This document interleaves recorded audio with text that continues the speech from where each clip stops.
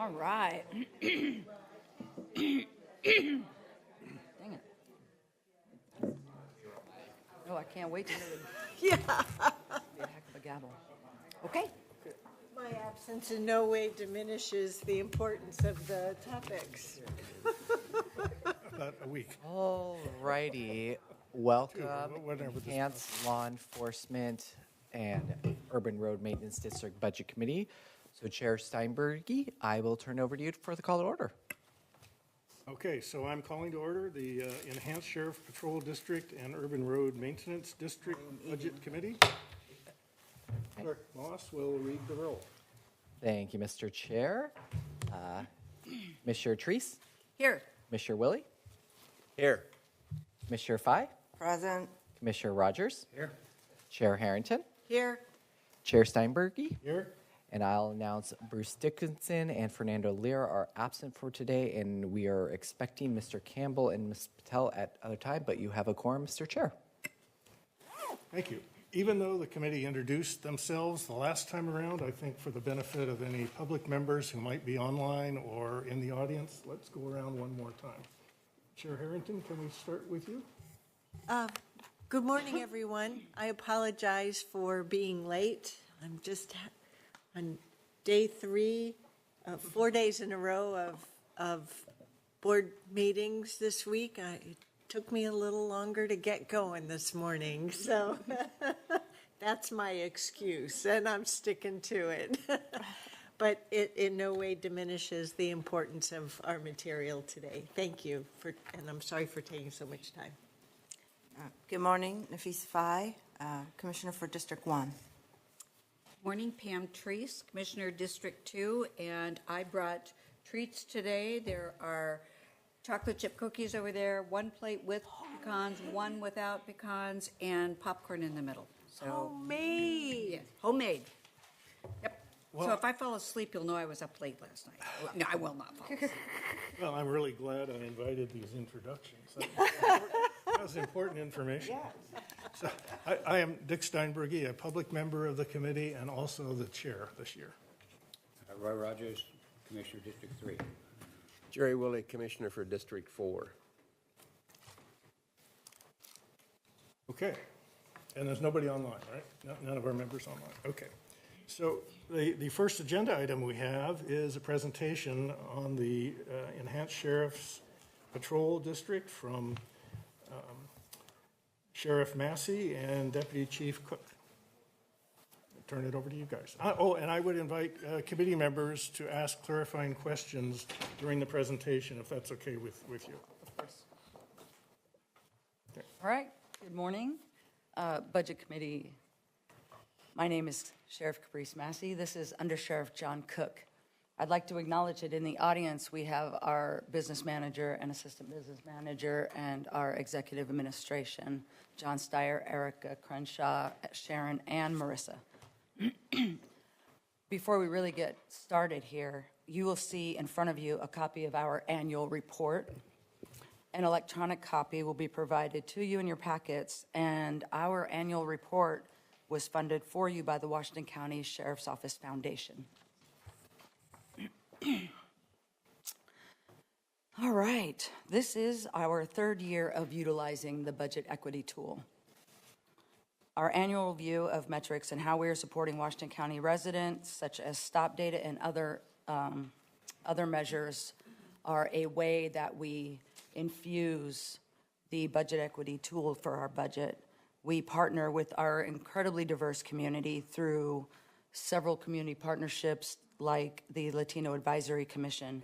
In fact, last night we had our first community chat inviting in people who just wanted to get to know a little bit more about what we do with that commission and more about myself being a new sheriff. We also are recruiting new members for that Latino Advisory Commission, and one of our newest members will be a student. Another example of partnership involves the Building Bridges of Understanding in our communities, where we partner with the Muslim Education Trust to help ensure that we are collaborating and discussing needs specific to some of our historically marginalized communities. In this budget, we are adding 1 deputy in line with estimated population growth. The continued growth of our force, consistent with population, allows us to meet service levels across our communities within the urban unincorporated Washington County. We are cognizant and focused on providing balanced, equitable public safety services, ensuring equitable support to underserved populations. Our enhanced Sheriff's Patrol District includes more densely populated urban areas that lie outside of the cities and demand more police services than rural areas. The Washington County Sheriff's Office has provided these enhanced services in the district for more than 35 years.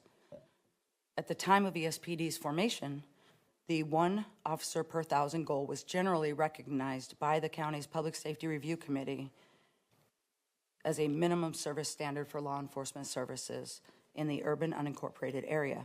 During the fiscal year 2013-14 through 2017 and 18, ESPD level periods, the board authorized an enhanced service level of 0.54 officer per 1,000 residents. In May 2022, the voter turnout, 36.9%, passed that levy. The ESPD provides law enforcement services for about 211,000 residents in the urban areas outside of cities in Washington County. We also provide services countywide and within cities, but these urban unincorporated districts receive additional services. Of a county with over 600,000, again, about 211,000 live within that district, and that's significant. The Enhanced Sheriff's Patrol District includes the most densely populated areas, and the Washington County Sheriff's Office has provided these enhanced services in the district for over 35 years. And for additional information on this, I'm going to turn it over to Under Sheriff Cook. Thank you, Sheriff. Good morning, everyone.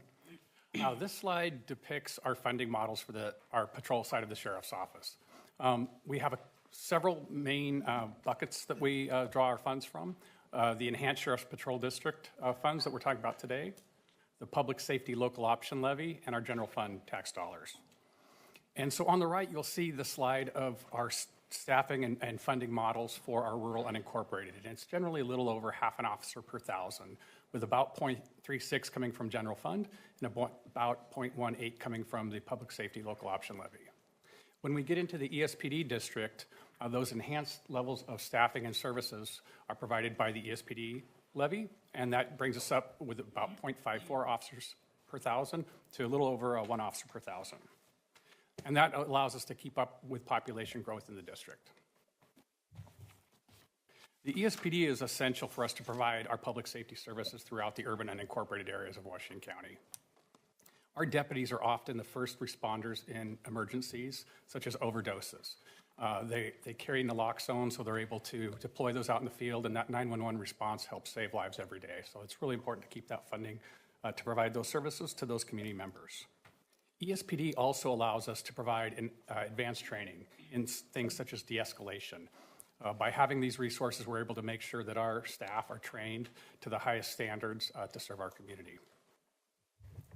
Other services that we're able to provide through ESPD are our criminal investigations, whether it's child abuse, major crimes, things of that nature. It's important that our deputies are trained up in that and able to respond and investigate those crimes. This next slide depicts our crime statistics provided to the FBI via NIBRS data. You'll see up at the top is the U.S. average. Below that is the state of Oregon. Below that is 2 of the larger municipalities in Washington County. And at the bottom, you'll see the unincorporated numbers. And so we historically have had lower crime rates in the unincorporated areas of Washington County in both person crimes and property crimes. It's important to note that Washington County is a safe place in all of our communities to live, work, and play. SafeWise is an insurance group that puts out the 20 safest cities in Oregon every year, and inevitably, several communities in Washington County are on that. This year, on that top 20 list, Sherwood, Forest Grove, Hillsborough, and Cornelius are the municipalities that have made that list. So it's just a good reminder that we do live in a safe community, whether you're in the urban areas, in the cities, or in the unincorporated areas. This next slide depicts our property crimes rates. Similar NIBRS data, you'll see that, again, the unincorporated areas are below the national and state averages, as well as some of the larger municipalities. One thing that's important to look at on these slides is this equates for all of the unincorporated area, not just ESPD. ESPD is about 85% of our unincorporated area, and our calls for service mirror that. So between 80 and 85% of our calls for service are in there. So this data is an accurate depiction of both the urban and rural areas. A question that comes up as you're going through your budget books are a couple of the different funds. So as the taxes are collected by the county, they go into the parent fund, Fund 210, and that's the county's fund that holds those funds as they come in and are collected. When they get dispersed to the sheriff's office, they get dispersed through Fund 182. And so that's why you'll see a couple different ESPD funds in there. The 210 is the parent fund. The 182 is really our operating fund for our law enforcement services. Some things that are important for us is to be good stewards of those dollars and provide professional and efficient services. So historically, we return about 5 to 8% of those funds back to the parent fund every year. That's important for us to keep that residual fund balance and just helps us maintain that going forward for future levies and make sure that we're paying attention to our dollars. Like the sheriff mentioned with the budget books, for example, we have a foundation that donates money to produce those, so we're not using taxpayer dollars to do that. So it's really important for us to make sure we're watching the funds that are allocated to the district. This next slide looks at our overall budget. So the sheriff's office budget is over $179 million. The ESPD provides those policing services really in our patrol areas. Our patrol is about 38% of our overall budget, and ESPD is about 57% of that. And so you can see that depicted there. As we look at the actual ESPD budget that's being requested for this year, you'll see the breakdown. It's a very slight increase from about $38,112,000 to $38,956,000. Very slight increase. Most of this comes in personnel services and some of our capital outlay in M&S. Like the sheriff had mentioned, the district is allowed to keep up with population growth as we see that in those urban unincorporated areas. And so we are requesting one additional deputy in the ESPD fund to keep up with that population growth and service levels in the district. Back to you, Sheriff. Thank you. I just want to spend a few minutes sharing some really extraordinary work that is happening in our Enhanced Sheriff's Patrol District. This slide right here depicts, just let me break down this story for you. On January 25th of this year, investigators with the West Side Interagency Narcotics Team, which we call the WIN team, they assisted Homeland Security investigations in the seizure of 8 55-gallon barrels of liquid heroin in the back of a U-Haul truck. The 370 gallons of liquid heroin is one of the largest known seizures in the United States. For some reference, that equates to about 1.4 metric tons of liquid heroin that was found in the back of a U-Haul truck in Tigard. Investigators worked closely with HSI and the U.S. Attorney's Office to coordinate the bust. Our Sheriff's Office Tactical Negotiations Team, and that is an interagency team that provides service throughout the county, and the Federal Bureau of Investigations also provided assistance during the operation. The Washington County Sheriff's Office values the strong relationships with our federal partners and thanks them for their continued support. The WIN team is a task force with the Oregon-Idaho High-Intensity Drug Trafficking Area. It's referred to as HIDA, and includes members from the Washington County Sheriff's Office, Beaverton Police Department, Hillsborough Police Department, the FBI, HSI, and the DEA and Oregon National Guard Counter-Drug Task Force. One of the things that is particularly important for me to note in this story is that it comes at great risk to the personnel that are doing these investigations. Despite wearing personal protective equipment and their exceptional training, 2 investigators had to be hospitalized due to exposures. Additionally, our partnerships with the school districts are proving to be critical, especially in the protection of our children. Staff at Beaver Acres Elementary reported that they rode a bus route home after school. At the last stop, 2 children, ages 9 and 6, got off the bus. They were upset because they did not have a parent waiting for them, and so they offered to walk the children home to their apartment. The staff member said the door to their apartment was wide open and the father was sleeping on the couch. The staff member reported the children had a hard time waking him up, and when he finally did wake up, he stumbled to the door, and the staff member believed he was altered. They called the non-emergency number, and Beaverton Police Department responded. The parent did not open the door and could not be located. The next day, the same staff member called Deputy Dunn, who is a school resource officer in the school, to do a consult.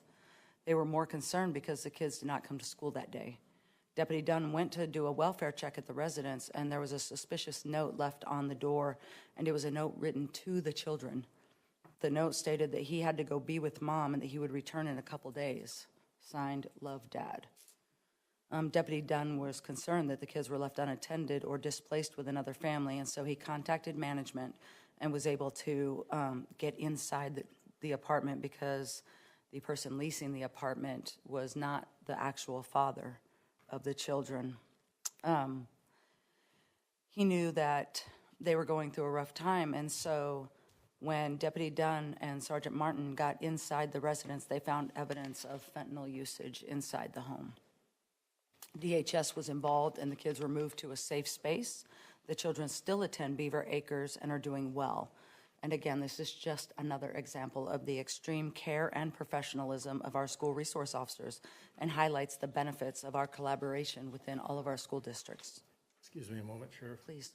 Chair Harrington, I think you have a question? Yes, I did, back on the prior slide. Yes. So I appreciate the story that you told about how the school resource officer, as contracted by both the Beaverton School District and the City of Beaverton for officer support for schools in the urban unincorporated areas, as is appropriate for ESPD.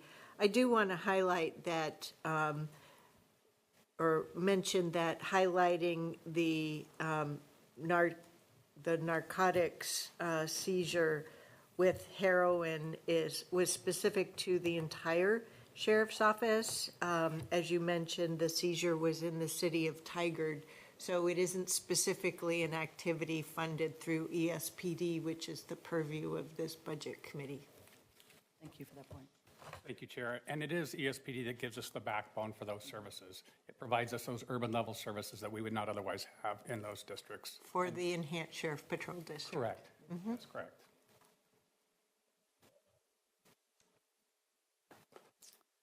This slide touches on something that Under Sheriff Cook said earlier, which is the funding through the Enhanced Sheriff's Patrol District does allow for us to continue to provide specialized training, tactics, and have access to tools that we might not otherwise have the ability to utilize in our urban unincorporated areas. It includes specialized training for various situations to include conflict resolution, de-escalation techniques, and crisis management. Additionally, some of the tools that we are able to invest in help us to de-escalate things and avoid significant injury or loss of life in critical incidents like robots, drones, and tactical blankets, which provide ballistic protection for our staff during critical missions and safety. The deputies work incredibly closely with community organizations and mental health organizations for effective interventions to try to resolve as many of our incidents without criminal charges and try to identify resources for mental health, behavioral health issues.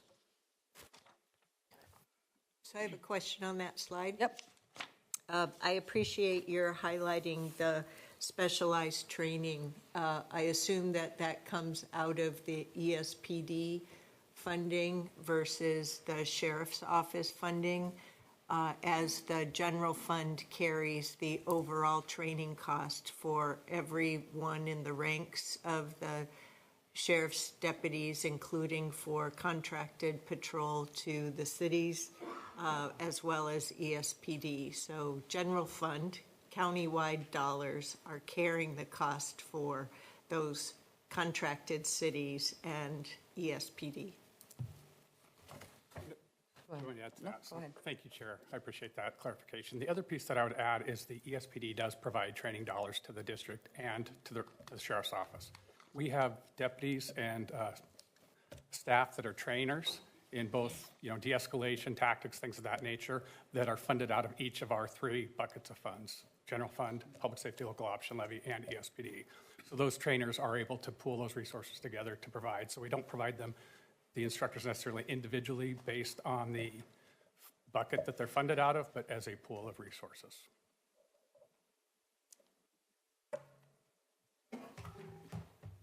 And lastly, our ESPD allows us to really elevate how we partner with our communities in the urban unincorporated areas. As it states on the slide, we leverage our partnerships and strengthening relationships to ensure that we are providing the most holistic public safety experience for all of our community members. Our collaborations include not just those external partners, but internal partners like the Washington County Police Officers Association, who has been pivotal with their assistance to help us provide support for our critical staff that we have right now. I know that it's no secret that we are short-staffed and we are doing everything we can to recruit more people, but within that effort is a requirement to ensure that we are maintaining the current staff that we have. It's noteworthy to highlight the support from partners such as Jimmy John's and the Washington County Police Officers Association and the Foundation, as they have significantly bolstered our back-to-school efforts with a deputy, and our alliance with county departments and various business associations such as the Aloha Business Association. They have significantly strengthened our community engagement endeavors, allowing us to partner with schools, organizations, and community groups for safety and education events. These events allow us to continue to work together, building trust and relationship with our diverse community partners. And I would just end with thanks to services like the ESPD, we are able to maintain safe communities, not just within the urban unincorporated areas, but the county as a whole. And I know that we are focused on the ESPD, but these services do ensure that every single one of us in our community has a better safety and public service experience. I'd be happy to take any questions. Any further questions? Clarify. One question, one comment. Comment to you, question to Greg. Back in 1987, when we established special services, we never thought it would last more than about 10 or 15 years. Roy. Mike. We had it on. I'm sorry. There. Between the two of us, we'll figure out the button here. Yeah, I think. As I smiled because it was back in 87 when we established this particular committee, our LID, we really didn't think it would last more than 10 or 15 years. It was purely a bridge between unincorporated and incorporating. So it's interesting, all these years later, it's still here. My question to you, Greg, is that, and this is true of the next one as well, this was meant to be fully cost-absorbing of every overhead item that might be entailed in providing those services. And some of the questions earlier had to do with that on other items. But are we fully charging? I happen to live in this district, and I happen to live in the next one, too. Are we fully getting charged for all activities, full absorption costing for all overhead? So that's a good question that really applies across the county, and is one of the initiatives in all county budgets is to make sure we're providing full costing to every service that we provide, which is really the basis for a lot of the budget redesign projects, moving some of the items out of the general fund, creating internal service functions, all of that sort of thing. So I would say yes in general, but if the question is more about what are the mechanics of that, we'd have to get back to you. And No, I just want to make certain that, that we can say publicly that we're not subsidizing. That large taxpayer is not subsidizing those of us who live in these That's right. districts. That's right. I believe there's room for improvement. Okay. Following the data. So this is just seeking to understand. I'm trying to connect the dots between your slide 6 and 7 and the ask here. Do we have high-level numbers around what is that expected population growth in this area? I couldn't find that. Throughout this year, Yeah, for this budget fiscal year. yeah, we do have those numbers. I think our current population numbers are about 211,000. I think the anticipated growth is up to about 216,000 in the district. Okay, thank you. So just to follow up with that, so as our population grows, the base for this levy increases with that. And what you were talking about, Roy, is the full absorption costing. Is that where we're going with this? So to make sure that the cost of maintaining this particular area is fully absorbed into this levy. And what I'm hearing is that is correct. That's what I thought I heard from Greg. And it is not, as I hear from Catherine over there. So yeah, it would be an interesting study, I think, for us to do that. There's room for improvement. Yeah, because you're exactly right, Roy. This needs to be a full absorption process. That's an accounting term, but we all get what that is. And so, yeah, that I would be interested to look at that. But other than that, the Sheriff's Department, I think, is doing a phenomenal job, not only in this district, but Washington County overall. I mean, the statistics prove that out. So, yeah, great job on that. And welcome to the budget for the first time, Sheriff. And certainly, you did a great job. So, but anyway, and you're doing a great job in the department as well. I hear lots of good accolades about that as I talk to other chiefs of police around in our city. So thank you very much. And I join you in that. Without question, we have great service here in Washington County. Can I just comment on the full costing and kind of expand on what Greg was sharing relative to budget transformation? For this budget committee's information, our budget transformation roadmap is really looking at full costing for services. Over the last few years, we've made progress in that transformation, and it's really taking each service department and looking at that a bit more closely. I'm very confident that as part of that journey, we will also be re-looking at assumptions with the Sheriff's Office. And Sheriff Massey and I have had this conversation already, and I know she's committed to that because that cost of service and true allocation of those dollars is important.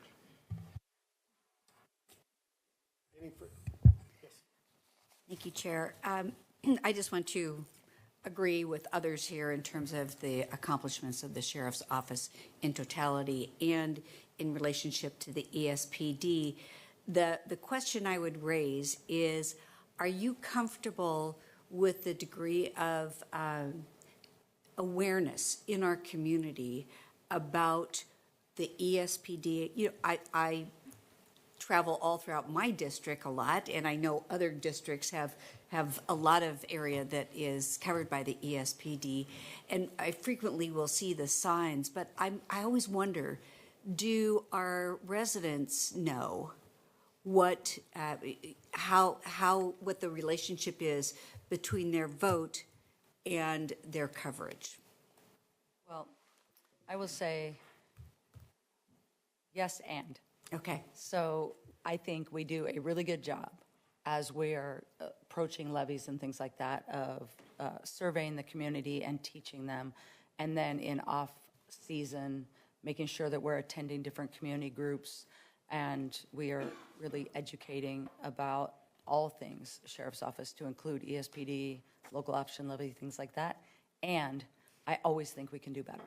I think that there are likely communities that we're not reaching. And that's part of our upcoming efforts is to be a little more expansive because I don't know what we're missing. Can I add? Please. Oh, sorry. In relationship to that question, I'm really asking, is the budget appropriate for that community interaction and awareness? I'll add a couple things. Thanks, Sheriff. I think that we are always focusing on getting out and engaging with the community. That is one of the benefits of our local option levies, whether it's the public safety local option levy or ESPD, is it causes us to engage with the public, make sure we're listening to the community, what services are important to them, and then that drives a lot of our service levels.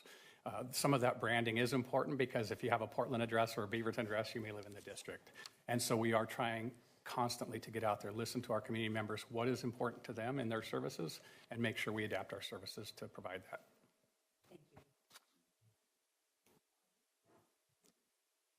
I'll chime in, Chair. Just a comment, not a question. I really appreciated the 2 slides that you had around how safe our community is. And really just, because I live in that district. I live in the ESPD district, and you know, there's always that question, am I getting my dollars worth of service? And people I know in my community, and I hear in CPO 6, that this is a service that we fully get 100% worth of our money. And people know what they're investing and what they expect, and just want to extend my gratitude as somebody that lives in that district. Thank you for your service and the safety that you provide to our community, not just the young, but in the entire Washington County, because you do respond. I'm always in the heart of Beaverton, and I see the sheriff's office always, responding. So thank you, and thank you for keeping our community safe, and very proud to live in Washington County. We're very, very below the United States, so thank you. So I'm going to chime in on that also. Excuse me. I do live in the district also, and over the past few years, our community has called on the sheriff's office when we've had a couple of two or three different issues, and the response has been incredible. I've been very pleasantly surprised, maybe I shouldn't have been surprised, about how quick the response was and how effective it was. So thank you very much for that. Any other comments? Well, I just want to echo thank you. I live in the ESPD district, and maybe a really small story. We talk about humans, but about animals. I was driving down my neighborhood, and I saw a bird just fell from the sky. It looked like an owl, I'm not a bird person. It was just injured. It wasn't really hurt too badly. And I saw a sheriff car coming from the other side, and he saw that I've stopped and I'm trying to get out of my car. So he stopped all the traffic over there, and he came over because he thought something was wrong with my car. And I was like, no, it's the bird. It fell right in front of my car. And then he said, I'm going to take care of this. Why don't you, because I was blocking the traffic, he's like, why don't you keep moving? I'm going to take care of this. And he actually called a couple different places. He took blankets from his own car, put the bird in. I saw him while I was leaving. I saw him do all those things and then take the bird away, which I thought was really, it was such a nice gesture. And I took his name down. I took, picture, and then I started following on my social media. So now I see a lot of posts of the work that the sheriff department does. And I also live in the ESPD, so I really appreciate all the work you do. Thank you. Thank you for sharing that story with us, because that helps us go back and share with our teams how the way they serve is valued. Yeah, absolutely. Okay, seeing no more questions, comments, Sheriff, Deputy, Under Sheriff, thank you very much. Appreciate your presentation. Thank you. So for the record, we've had one committee member join us since the introductions. Would you like to introduce yourself for the record, please? Yes, hi, I'm Pradnya Patil. This is my first year on the Budget Committee. I live in Washington County. Is there anything else you guys want to know? I work for Intel, so I know Nafisa. I am part of the Emerge 2024 class as well, and that's how I came to know about, extending my services to the community. I feel like I've lived in this county for 10 plus years.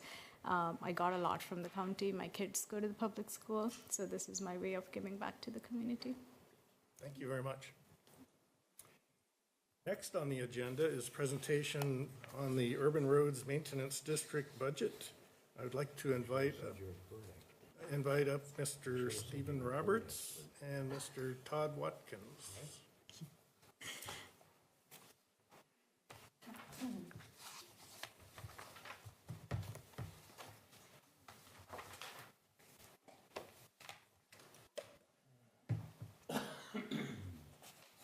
Good morning, everybody.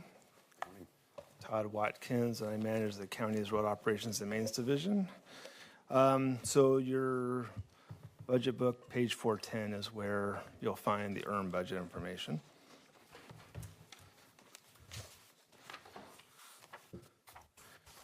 I'll get started. So I'll just touch on equity and our EDI efforts. So like all the departments within the county, we've been using the Budget Equity Toolkit now for a few years. We currently actively promote and advocate for equity and diversity through several efforts within the district. In particular, we have a robust effort during our pedestrian and biking improvement project selection process, where equity is at the forefront of the committee's decision-making process. They're actively considering that at all levels. In fact, the committee has been promoting equity and inclusion and diversity since 2019, when it was formally added to their selection process. We also have a new sidewalk grant program, which just rolled out last fall, and that is promoting the ability for people that need some financial assistance within district for sidewalk improvements, and I'll go over that in more detail later.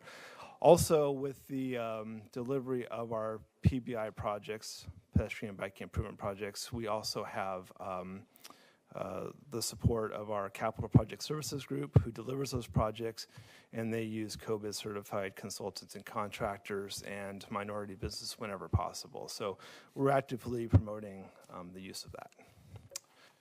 So getting into the particulars of the district itself. So ERMD is a county service district. It's created to primarily perform road maintenance on our roads and streets within the urban unincorporated area. It serves about 211,000 people, and for scale and context, that would be the second largest city in the state, second only behind Portland. That's larger than Hillsborough and Beaverton combined, so we do serve a huge population. The district's funded by an assessment based on the assessed value of about 25 cents per thousand. 24.56 cents per thousand is the actual rate. The nice thing about that is that it's that funding structure has a built-in index where we have our funding based on the assessed value, and it's not a fixed rate, and so that does provide a stable funding source for the district. All the work that's performed within the district is performed either by contract or by agreement. The district does not have staff, does not have equipment. Everything is done through agreements or by contract. Additionally, the district has an active advisory committee, the Urban Road Maintenance Advisory Committee, and within that, it's a 9-member board-appointed committee who actively works on issues within the district, and their flagship program is the Bike and Pedestrian Improvement Selection Process, which happens every other year. Can I ask a question? Yes. And this may go to a combination of our county council and our CFO. Both the Enhanced Sheriff Patrol District is a district, and in addition, it has a levy that we have a history of going to the voters for. The Urban Road Maintenance District is also a district, and it's a voter-approved district, yet the board has not, gone out to the voters for an increase in the tax rate using a serial levy. Are the mechanics different in the establishment of the two districts, not the levies, sorry, I'm emphasizing the word district, there to distinguish? Or are they the same, and it's just that we've chosen to not yet go to the voters for an increased rate? I don't know of the three of you, because it's like a little bit of all three. So we'll have to look into that a little bit further, but my understanding is a separate legal district can create a permanent rate limit and would have to go out to the voters for that. And my understanding is we don't have a permanent rate limit for it. Right, so it was established as a levy when it was first formed back in the mid-90s. And then with Measure 50 and Measure 5, it became part of the permanent tax rule. And it was, I want to say, if I remember right, originally it was like 36 cents per thousand. And then with Measure 5 and 50, it was actually adjusted to the 24.56, which is what we have in place for the last 25 plus years. Yeah. So hold that thought. I'm going to come back to it. So for what is currently the Enhanced Sheriff Patrol District, the board could go out to the voters to, just like with the WCCLS, and establish a district with a tax rate, just like the Tualatin Valley Soil and Water Conservation District did within the last 10 years as well. So I just want to make sure that's clear to all of us, not only on the board, but also the budget committee. Then, so thank you for that. Then secondly, on the URMD, you do a really great job at Washington County in understanding the condition of all the roadways, the county-wide roadways, as well as the Urban Road Maintenance District roadways. I'm wondering, with that, the tax rate, are you able to keep up with the maintenance level, or have we been falling behind? So if you can hold that thought. Great. I will get to Shall it. do. It's in the storyline. Okay, terrific. Thank you. Yes. Todd, let me, your first part of that, though, is the boundaries of the district. And we haven't changed the rate for X amount of years. But we haven't changed the district either, are we? Yes, we do. So I guess that was my question. As the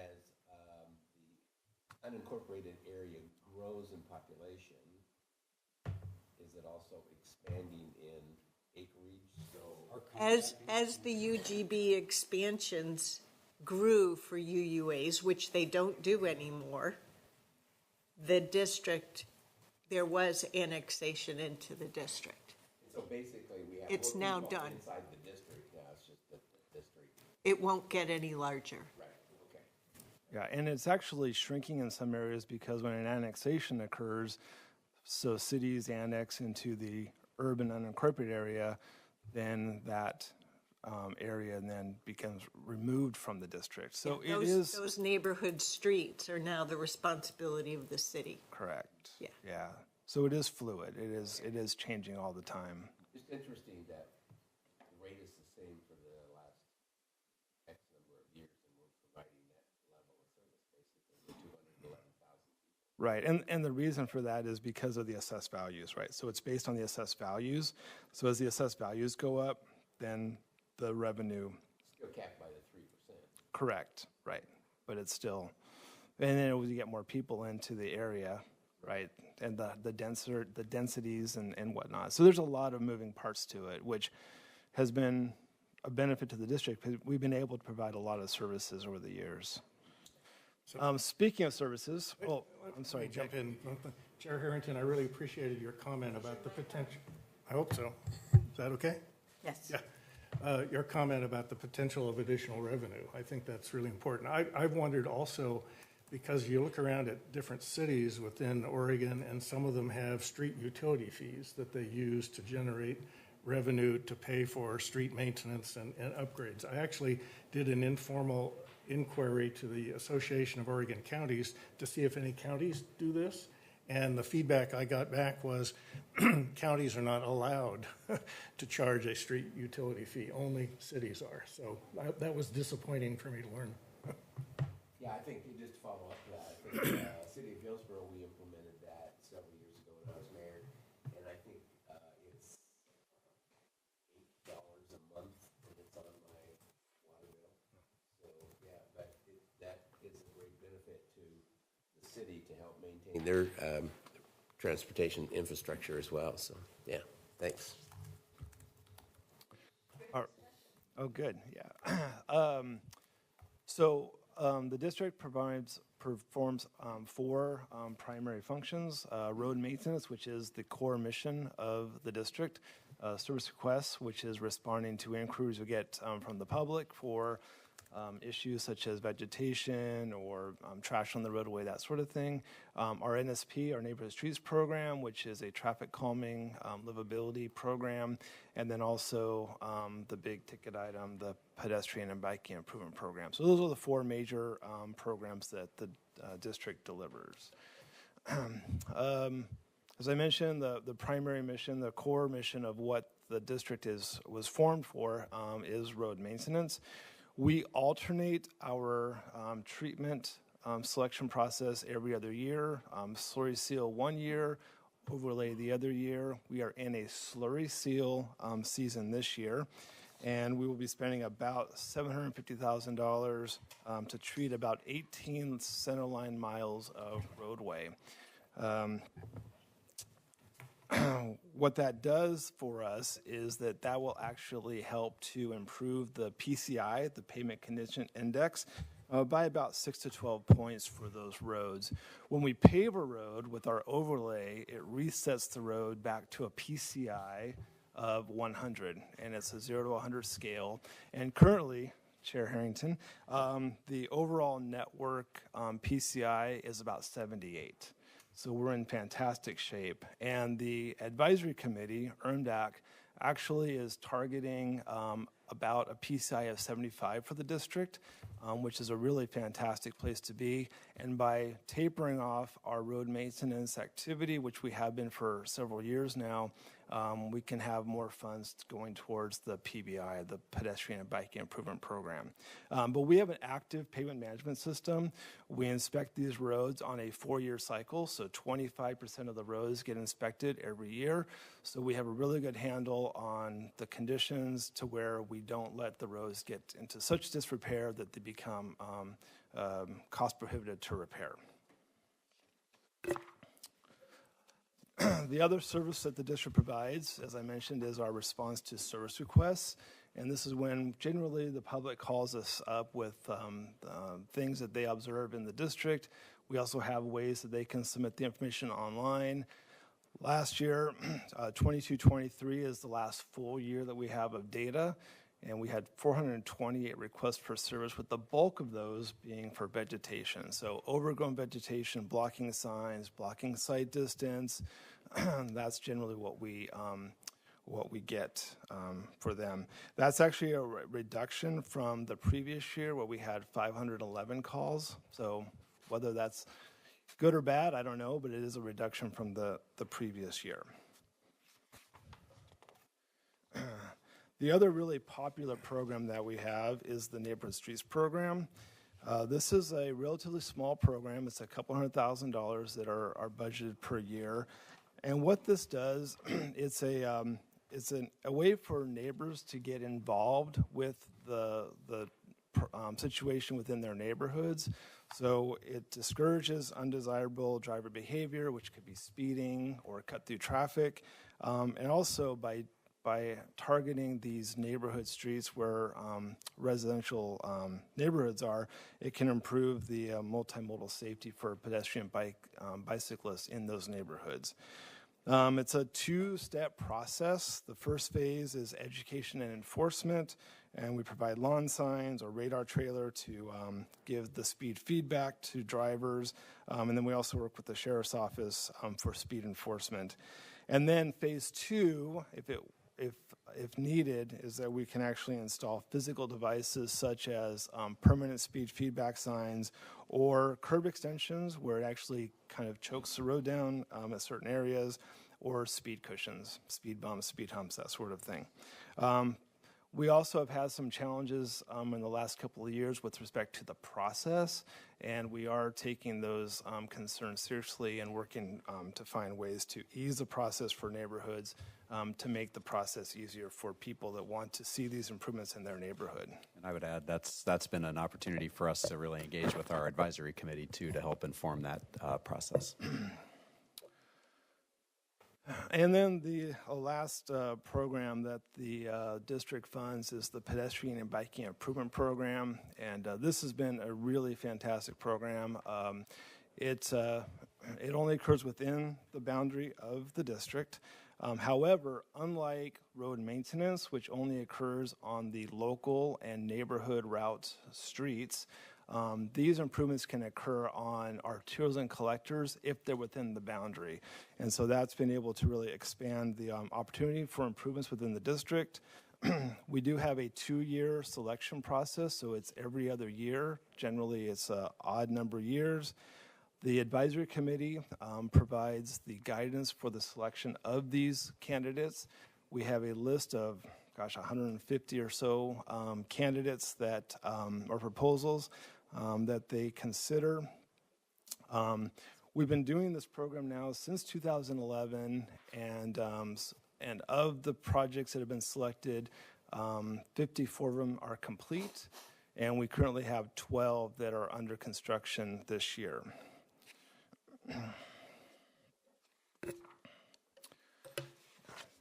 And then the newest program, which just was rolled out this past year, is a sidewalk repair grant program with an emphasis on improving the accessibility of people in the neighborhood, especially when there's damaged sidewalks. We realize that there's some economic and financial challenges for people because state law requires the adjacent property owner to actually be responsible for the sidewalks in front of their properties. So we wanted to find a way to encourage these repairs to occur. And so through this program, we have a mechanism where people can actually apply for a reimbursement to allow for these repairs to happen. It's kind of been a slow start. It launched in September, right as the fall and winter were starting, and we've actually had 3 reimbursements now complete, but we currently have 6 applications in process, and we hope with the spring and summer now that we'll actually get more, and as the program becomes more common and more widespread, that we'll actually get more people participating. I think Chair Harrington. Oh, I'm sorry. I didn't No. We all work together to make sure it happens. Don't worry. My peripheral vision isn't. It's okay. This is a great program. Thank you. With working with the committee to get it set up. I have found over my years as an elected official that various cities also have sidewalk repair grants. And I've heard stories, and being an elected official across multiple cities and talking to lots of different homeowners, I have heard from a lot of folks of just finding it a little daunting to figure out how to get a sidewalk repaired. So irrespective of needing financial assistance, so just setting that aside, have you, and maybe you have this on the website already, but is there a simple recipe, so to speak, for here's how to go about finding vendors to get the sidewalk in front of your home replaced, being mindful that, there need to be utility considerations and you want to make sure that the sidewalk repair is done within guidelines. So is there sort of a best practices, here's a good way to go about it? Yeah, so a couple things on that. So one, a homeowner could do it, right? A property owner could do it themselves if they wanted to, right? They could remove the concrete. But for those of us who are not handy in any way, shape, or form. Right, so as a practice, we don't, and we have not provided any sort of recommendations for contractors and whatnot. Yeah, right. Trying to not go down that path, but just the idea of, okay, it sounds simple, but right? It's not. So if someone has So questions. how do we break down that mystery so that those who want to be proactive, it feels less daunting?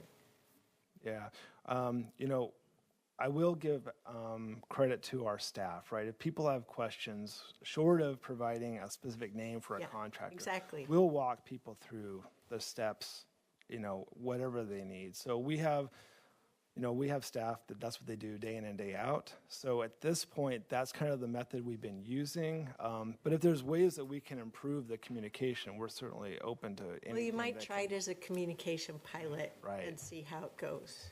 Yeah, absolutely. Just a helpful thing. Because it would be great if we could, use up the entire amount, right? Because then that would be an indication that the that's work right. is getting done. Well, I have found that there are homeowners that used some pretty corrosive materials on the sidewalk in front of their homes due to ice and whatnot. Right. And they're like, ooh, I didn't mean to destroy it, but now I don't know how to go about it. Right. And, how do we dispel some of that mystery or remove some of the fog so it seems like, oh, okay, here's a way I need to think about it. Right. No, those are good ideas and suggestions. Yeah. And I would say, Chair, on the Sidewalk Grant Program page, I'm looking at it now, we do have some information that helps kind of walk people through the eligibility process, how to go about finding a contractor and submitting the information that's needed. So we have a little bit, but I appreciate your point. I think just trying to help demystify that a little bit further Yeah, would be really without useful. needing to go for a grant. Just, oh my goodness, I have this kind of major project that gets into that space. Just an idea. Good idea. So Can I ask sorry, go ahead.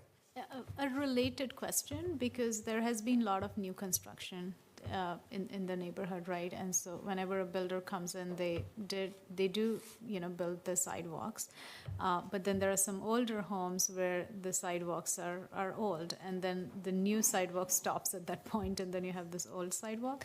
Does this program, would it support if the homeowner decides to develop that or whatnot, right? Or is it only related to repairs?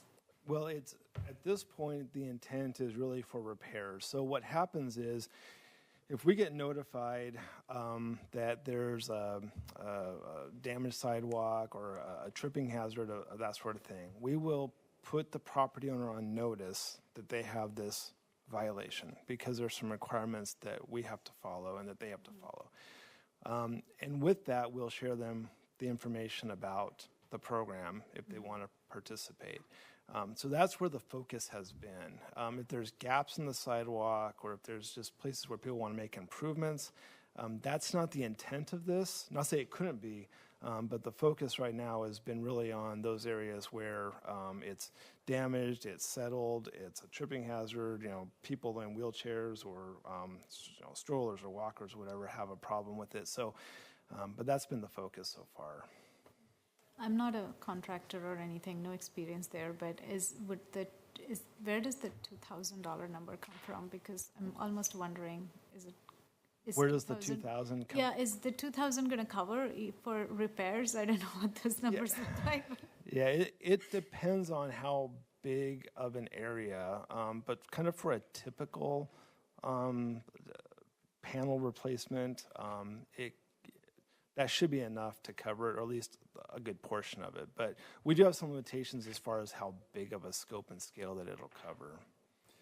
So I'm curious about whether HOAs are eligible to receive these grants? That hasn't come up that I know of, Dick. It's really intended for the adjacent property owner. That's what the kind of the goal has been, is the people that, just in their frontage. But it could be. I don't see why we couldn't consider it. Yeah, and I think the intent is really for people with income limitations, right? So it's really trying to help support folks who need some financial assistance to achieve that repair. And to your committee member, is it Patil? I'm sorry. Yes. Thank you. So to your question, I think, yeah, so really versus an aesthetic or an appearance issue, we're really focused on really safety fundamentally. Is the sidewalk accessible and passable and safe is really going to be the focus. Yeah. Sorry, just one more quick question. Mm-hmm. Where is that line item on the budget? Like, where is it rolled under? Inside the budget itself. Yeah, like I don't which, have under which I- line item? Yeah, we I could just probably wanted follow to- up with you on that what- question. It's probably just tucked away in one of the sort of program buckets within the budget. Yeah, I was just curious, what's the overall budget allocated to 200,000. this? Okay, 200. 200,000, yeah. Thank you. On the next slide. Yeah, and we have, yeah, it's on the next slide. Oh, and okay, I'll show you I'll the hold. summary. Oh, look at that. So, just going through all those different programs we talked about. So we talked about the bike and pedestrian program. $7.2 million is the programmed amount for this year. ADA ramps, we didn't talk about specifically, but we do have an obligation to repair and replace or install compliant curb ramps when we trigger those at certain locations. And that's what it says, ADA ramps for overlay. So when we do overlay work and we're adjacent to a sidewalk ramp, we're obligated to improve those to the current ADA standards. And so that $3.6 million is really a big package of ramps that we've been doing, both to retrofit some past contracted work that we've done, as well as existing work to get ahead of future paving projects. So that's a really big program, not only for EARN, but for the road fund as well. Surface treatments we talked about, that's the slurry seals. Maintenance projects and service requests, we talked about the service requests, the vegetation and the trash and that sort of thing. The maintenance projects are just routine things that we do within the district. So striping roads, repairing signs, just the basic work that goes along with the district. We also send about $150,000 over to Clean Water Services because they do our urban drainage for us. And so inside of that is money that goes over to Clean Water Services. The NSP we talked about, the sidewalk grant program we talked about. And then so the total expenditures there, a total just under $13 million. We do have a contingency that we shoot for about $5 million, and that's been our target. The reason why we need to have that as our reserve for cash flow, because construction happens in the summertime, but then the receipts for the property taxes don't happen until the fall. So we need to have a certain amount of money that we can pay for construction during the summer months. And so the overall program then is an $18 million, almost $19 million program. And then inside of that 7.2 million, you think, oh, that's a lot of money, and that's more than we bring in. That's money that's carried over from previous years because these projects are pretty complicated and complex. Even though they're small infill projects, there's a lot of moving parts to them. And really, and many times, these are drainage projects that have a sidewalk associated with them, and so we're working with our partners at Clean Water Services. But just for example, within that $7.2 million, we've got about $600,000 that is programmed for finishing up our projects that were from the 2022 selection cycle. That's 2020 to 2022 selection cycle. And all those projects are in construction now, so we're finishing those up. 4.3 million of that 7.2 is for projects that were from the 2022 to 2024 selection process, and about 80% of those projects are in construction now.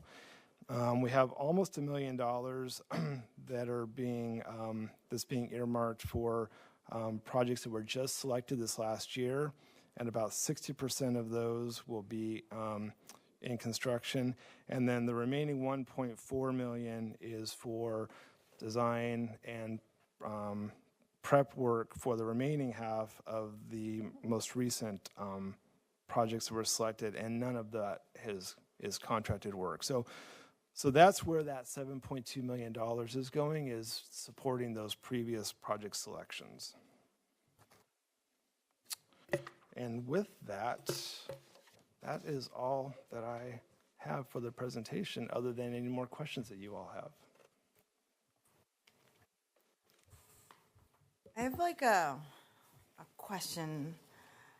I feel bad asking this question because I think I confused myself with the materials. So I'll just ask Todd. Yes. For the budget cycle 2023, 2024, if the beginning balance was 11 million and your expenditure was 12 million, does that mean you only spent 1 million? No, I'm not following the question. I'm sorry. Are you looking at page 411 in the budget book? Yes, and then I'm also looking at the slide too. This slide. So the budget, the beginning balance, your revenue was 17 million, but I'm only comparing, and this is where I confuse myself. This is why I put that disclaimer out there. I'm only looking at the 11 million, not the total, and then comparing that to the total expenditure. Is there some other way you could help me understand the beginning balance as opposed to your expenditure? I might No. Okay. take a cut at doing this. So I think it really gets to the sort of the challenges of budgeting.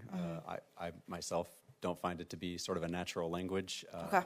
So, but as you've got a certain amount of money, sort of the beginning fund balance that's sort of in the bank at the beginning of the year. You have some new revenues coming in. You have some expenditures going out. And then in budgeting, we also count money that we aren't actually spending as expenditures, like our contingency funds and other funds that are going to be carried over for future use, also get reflected as expenditures each year. So it can have the appearance of sort of inflating the expenditures in some ways. Okay. Yeah. Can I have a sidebar Of with her course. for a second? Yes. I'd like to tack on to that, plus I have another question. Okay, great. So Her question is exactly what I asked during one of our meetings. total resources. If you were to spend, other than the contingency, exactly what you thought you were going to spend, There's the you would literally not have any carryover funds, chart. other than the contingency amount. And I'm sorry, I didn't quite understand. Well, you hear the take a look question. at page 411. You take in $5.96 million. That's what your revenue base is. You're going to spend 12. We're approving. That means you've overspent 6, and you had a contingency. Throw that contingency out. You had some money coming forward. You would have spent more than you took in. And you really, the way you're budgeting, you wouldn't have any money carrying forward. What's happening is you're budgeting for completion, and you're not completing them. You're not spending all that money. That's how you get your carryover. That's what my question was at a meeting. You're supposed to, under Oregon budget law, budget what actual expenditures are, not anticipated. So if you had a 4-year project, you don't budget all 4 at once. You budget quarter. And I think you're budgeting the entire amount. And that's why she's looking at those and saying, how come you would have any carryover if you spent it all? And that's exactly what I brought up. As you know, Greg, and you're nodding yes. And I said, well, I used the word not legal. And he said, well, no, that's not, but we don't use that term. But it's not what we're supposed to do under budget law. So is the practice now stopping? Are we going to budget actual expenditures, not anticipated expenditures? Yeah, so I can take a swing at that. If you look on the budget document on page 411, you'll notice that the actuals information, the prior 2 years' actuals, the spend rate is much less than the budgeted amount in either the current fiscal year or in the one. So what Commissioner Rogers was stating is that we budget some amount that's not going to be completed each year. The way the county has dealt with that budgetarily, as far back as I could see, is that those dollars were either put in, those dollars that we weren't going to spend were either put into a budgeted category to spend or in contingency. And technically, according to budget law, we should be putting those, and we will be as we move forward, creating our new chart of accounts, is into a reserve for future expenditure. So it would be for projects that have a multiple year span to complete. So if you had a $300,000 project that was being spent $100 each year, you would only budget in the next budget cycle for $100,000, and the other $200,000 would be reserved for future.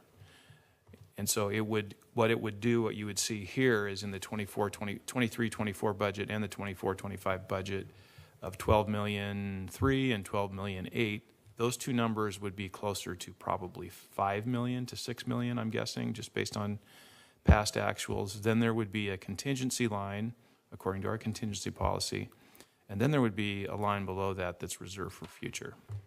And there would be a tieback between those future projects that have been approved and those expenditures that would need to be budgeted in the future years in 25-26 or 26-27.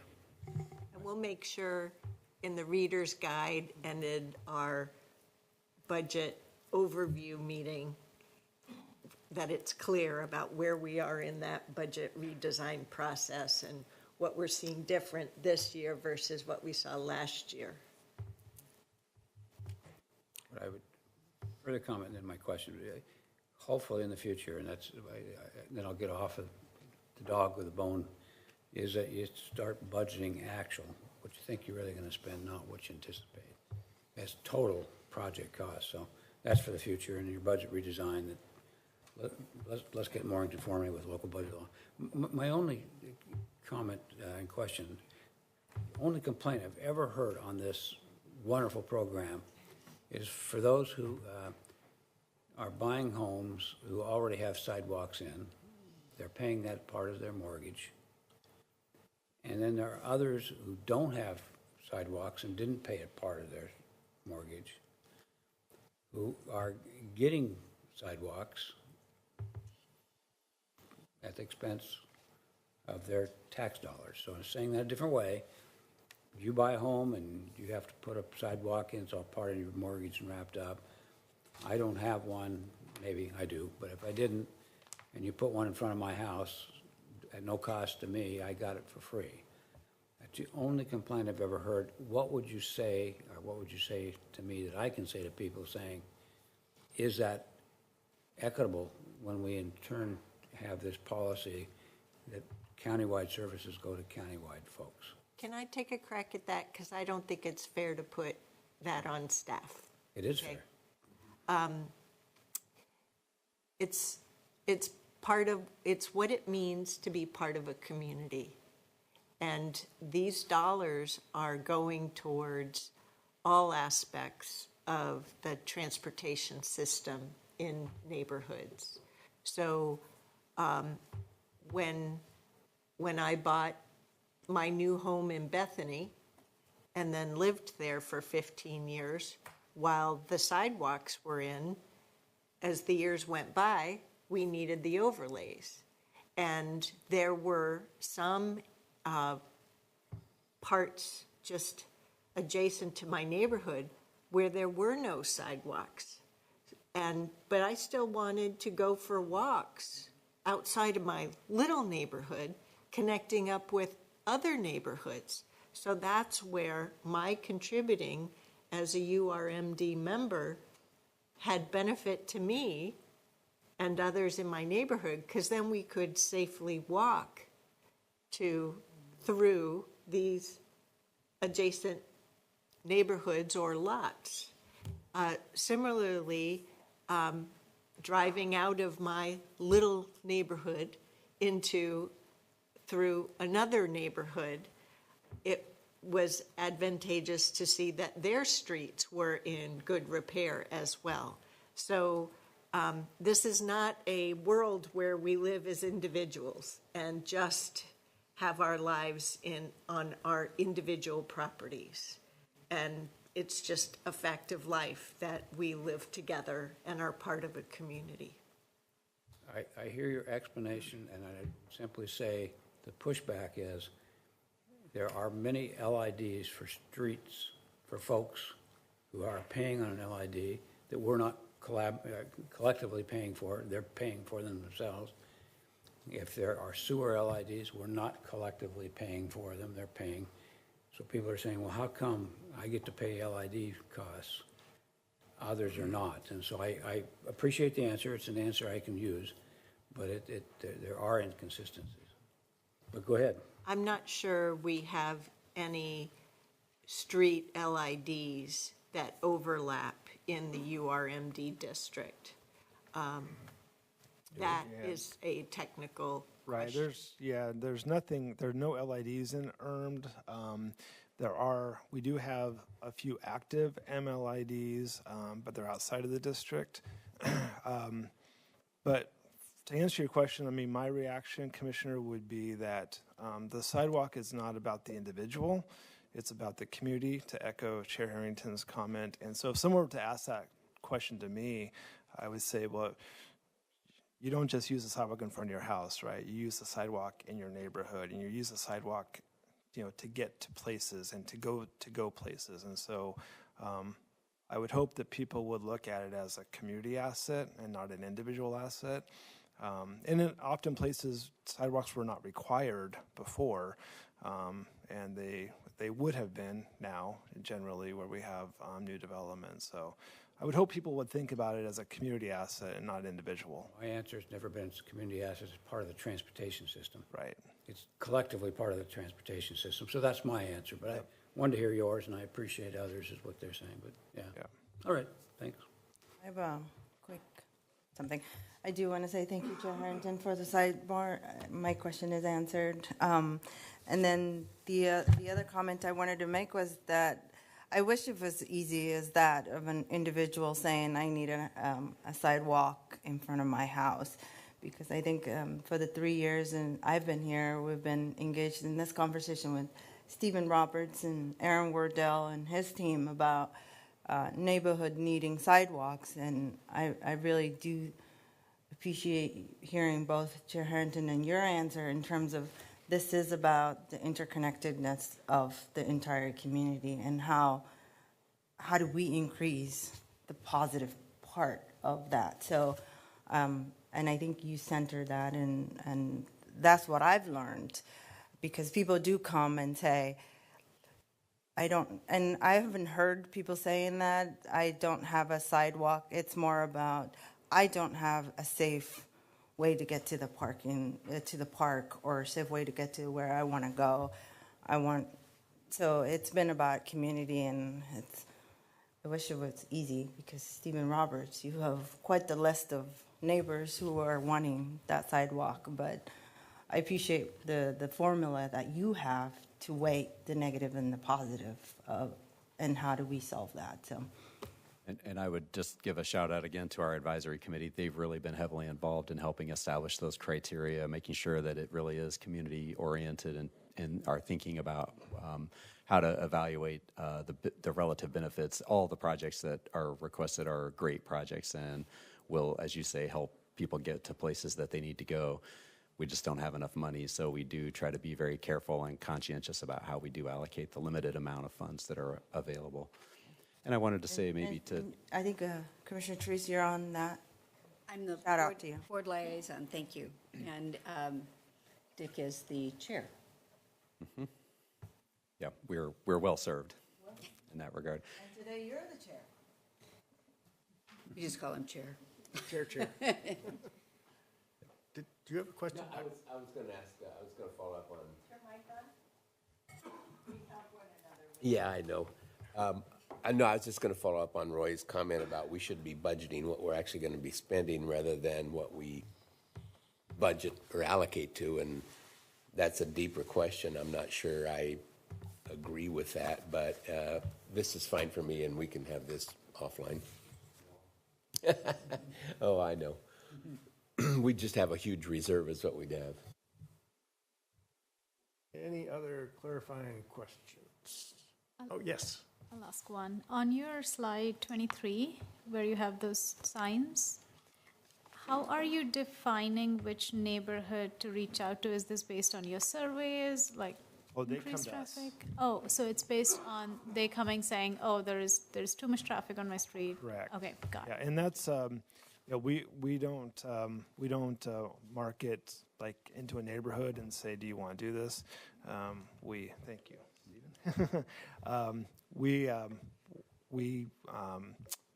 We will take requests from neighborhoods, and then if it meets the criteria for the program, then there's a process that we go through for that. So, yeah, there's quite a few, and it's keeps us busy. There's a lot of interest in it, and people know about it, and so it's well served.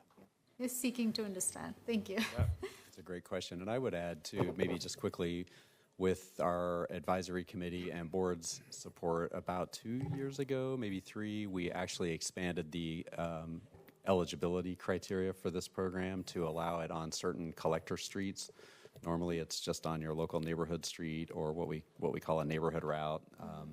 But we've expanded that. We have some streets that in our transportation plan are called collectors, but they really function as a hybrid between a neighborhood street and a busier sort of collector type street. So the committee recommended and the board approved expanding the program to allow for those certain kinds of streets to be eligible as well. So that's actually expanded eligibility, and again, we have some constituents that have ongoing concerns about those kinds of roads, and this gives us a tool to help work with them on that. Thank you so much. Yes. I apologize for my tardiness. You may have already gone over this, but under the ADA ramps and overlay on 26, it looks like there's almost a $2.5 million increase in there. Can you explain why there's that increase? And then also, two-part question, with the city of Portland facing lawsuits over ADA compliance and having to redo a whole lot of corner ramps on every intersection in Portland, is there any concern about that, and are they connected? Yeah, so we're not connected specifically with Portland. ODOT's gone through that as well. Bend has gone through that. Other jurisdictions in the state have gone through that process. Knock on wood, we haven't. We're proactively out there doing this work. The reason for that is really the scope and scale of those ramps that get triggered for replacement. So if we come in and do an overlay paving project and there's ramps in that corridor, then we're obligated to do those upgrades. And so it's really based on the ramps that are being triggered for the replacement. Those ramps cost about $15,000 per ramp to replace. So it's a very expensive process. So you can just imagine, how much money that is. We have about 20,000 ramps in the county, not just in the URM, but in the county, about 20,000 ramps that we're having to manage. So it's a big number, and we're just going to keep chipping away at it as best we can. But we're not directly related to the PBOT issues or the ODOT issues, but it's the same thing. And I would just add, we're also, as Todd alluded to, we're trying to be proactive in that space. We have some requirements that we have to meet when we do paving improvements, but we're also working to try to get ahead of that legal requirement. It's an obligation that we have to just make our system accessible. So we are trying to be proactive and to ramp up the program. So. And we are, to something Todd mentioned, we're also looking at ways to do that work more efficiently to try to help bring that per unit cost down. So we've learned from some other jurisdictions. We've been piloting some different techniques to try to help ensure that we can get those done, get them built correctly, and also do it at a lower cost. Perfect, thank you. Mm-hmm. Thank you, Chair. While we're on that topic of ADA, I'm wondering, is it Washington County that's doing some ADA work on Farmington just after 198th? Or is it ODOT? Yeah, that section of Farmington is actually the ODOT segment. That's one of the orphan portions of Farmington. So I think it's fair to say also that a significant part of the budget increase reflects increases in construction costs, because they've been going up a lot too. Correct. Yes.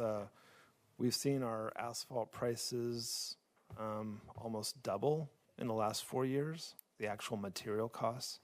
And our slurry seal costs have doubled since, let me see if I got that information here. Yeah, so our slurry seal, which we're doing this year, has doubled in the last 8 years. So it's definitely something that we're having to manage. And so by the increased material costs, labor costs, we do less work. So, Commissioner Rogers. One more question. As you know, the county board, took a look at the costs, the accelerating costs that we were having, and on our MSTIP side, went out for a bond issue to deal with some of these. And I'm not an economist, but I still predict that rates are going to continue. Is it legal? I've never looked at that aspect. Or is it prudent or appropriate that in a fund such as this, that you'd look at some small bonding? Because it would be a revenue bond, yeah. Yeah, maybe a revenue bond, yeah. I realize there's an interest cost, but the interest is a small pittance in compared to the cost acceleration. And with a lot of pent-up kinds of activities, it seems like that might be a good business analysis. It depends on that's where the question comes in on the backlog. That's exactly right, yeah. About their keeping pace. And the answer they gave us earlier is the best indication of that is the PCI number. And PCI of 78 out of 100 is pretty darn good. And that's why they've been able to utilize funding for bike ped as well. So I think they've given us the clear picture on that. Is it something that in future years for us to potentially consider, just like going back out to the voters? Yes. But Chair, I'd like to suggest that we move on to the public hearing. And very good. Thank you very much for the presentation and the great answers. So for the record, I'd like to also let Darren introduce himself. He has arrived and is now part of our quorum, which is really important. Go ahead, Darren. Darren Campbell. I'm on the ESPD URMD Budget Committee, and I apologize once again for my tardiness, but I'm here now. And Vice Chair. There you go. Okay. And so of the three of you, it would be interesting to be reminded and let our audience know, are any of you also participants on the URMDAC, the Urban Road Maintenance District Advisory Committee, or the Enhanced Sheriff Patrol District Advisory Committee? I'm so thankful you asked that question, because that's how I ended up here, was I accidentally applied for this thinking I was applying for the ESPD Advisory Committee. Well, we're glad to have you here, because I think it's good to have that overlap. Yeah, I have attended the majority of those over the last few years as a non-advisory committee member, so I do have a little bit of flavor there, but no actual input given. Well, your job here is even lighter than I think that one is. They're busy. Yeah. So continuing that, thank you, Chair Harrington. Yes, I am a member of the Urban Road Maintenance Advisory Committee, and a member of that for 3 years now, I think, and am currently the chair of that committee.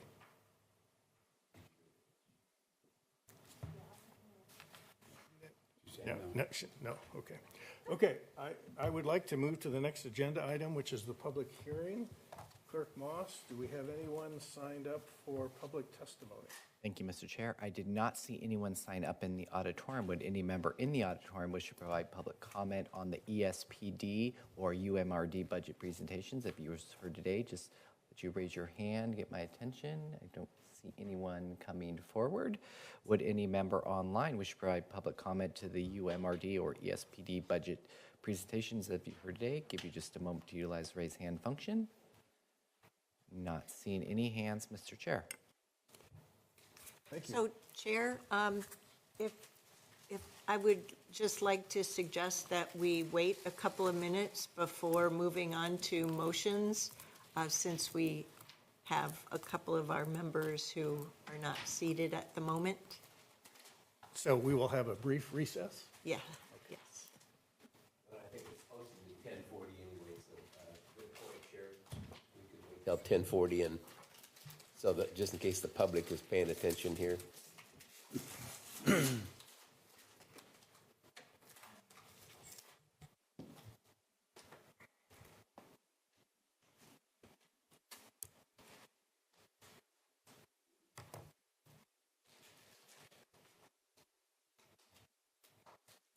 And for our lay committee members' benefit, I'll just also contribute that we on the Board of Commissioners,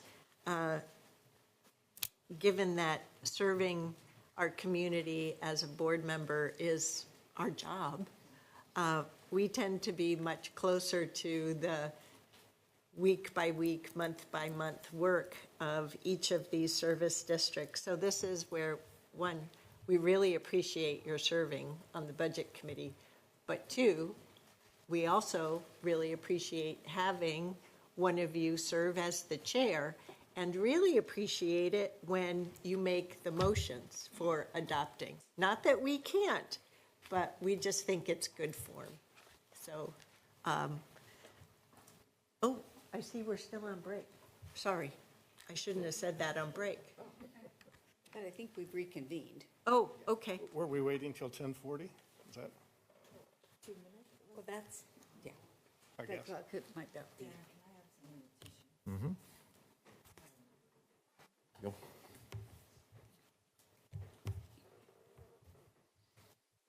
Clerk Moss loves to put us on the clock. Pretty good at that. It is an honor to serve the Budget Committee and the Board of Commissioners. He keeps us out of trouble administratively. So, and I really appreciate the three of you spending time on the Budget Committee, including being here with us today. We do have some spotty attendance of our other ESPD, URMD committee members, and I think we're going to have to work on that.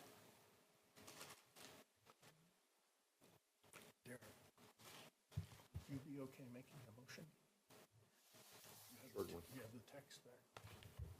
It's in the slides. Page 28, slide 28. Yep. Page 28.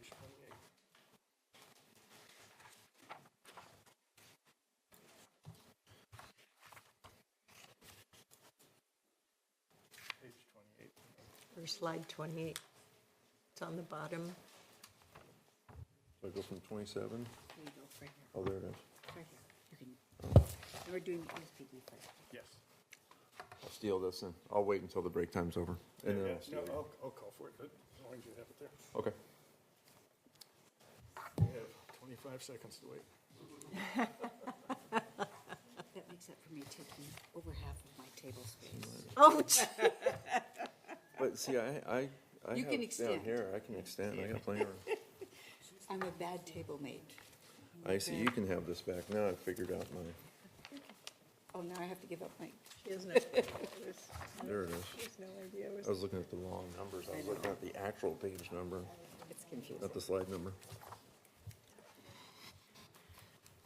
Okay, I think we're back. We are back. Okay, we are reconvened, and the next order of business is, are there any other discussions or comments from committee members about the presentations we've heard and the proposed two budgets for the two districts? Any other comments, questions? Seeing none, is there a motion to approve the budget for the Enhanced Sheriff Patrol District? Mr. Chair, first I'd like to say that it's an impressive amount of work that goes into these, the materials and the testimony, it's impressive. And with that, I would move that the fiscal year 24-25 budget for the Enhanced Sheriff's Patrol District as proposed in the amount of $56,024,882 and a levy to the ESPD permanent property tax rate of 0.6365 cents per 1,000 of assessed value, and approve the ESPD local option levy rate of 83 cents per $1,000 of assessed value. Second? Is there a second? Second. All in favor? Aye? Aye. Any It appears unanimous. Any opposed? Any opposed? Well, never know. Always check. Okay. None opposed. You can, Therefore, the motion to approve the fiscal year 2024-25 budget for the Enhanced Sheriff Patrol District as proposed in the amount of $56,024,882, and to levy the ESPD permanent property tax rate of 0.6365 dollars per thousand of assessed value, and approve the ESPD local option levy rate of 0.83 dollars per thousand of assessed value is agreed to. hey, on to the next one. Okay. Do we have a motion regarding the Urban Road Maintenance District budget?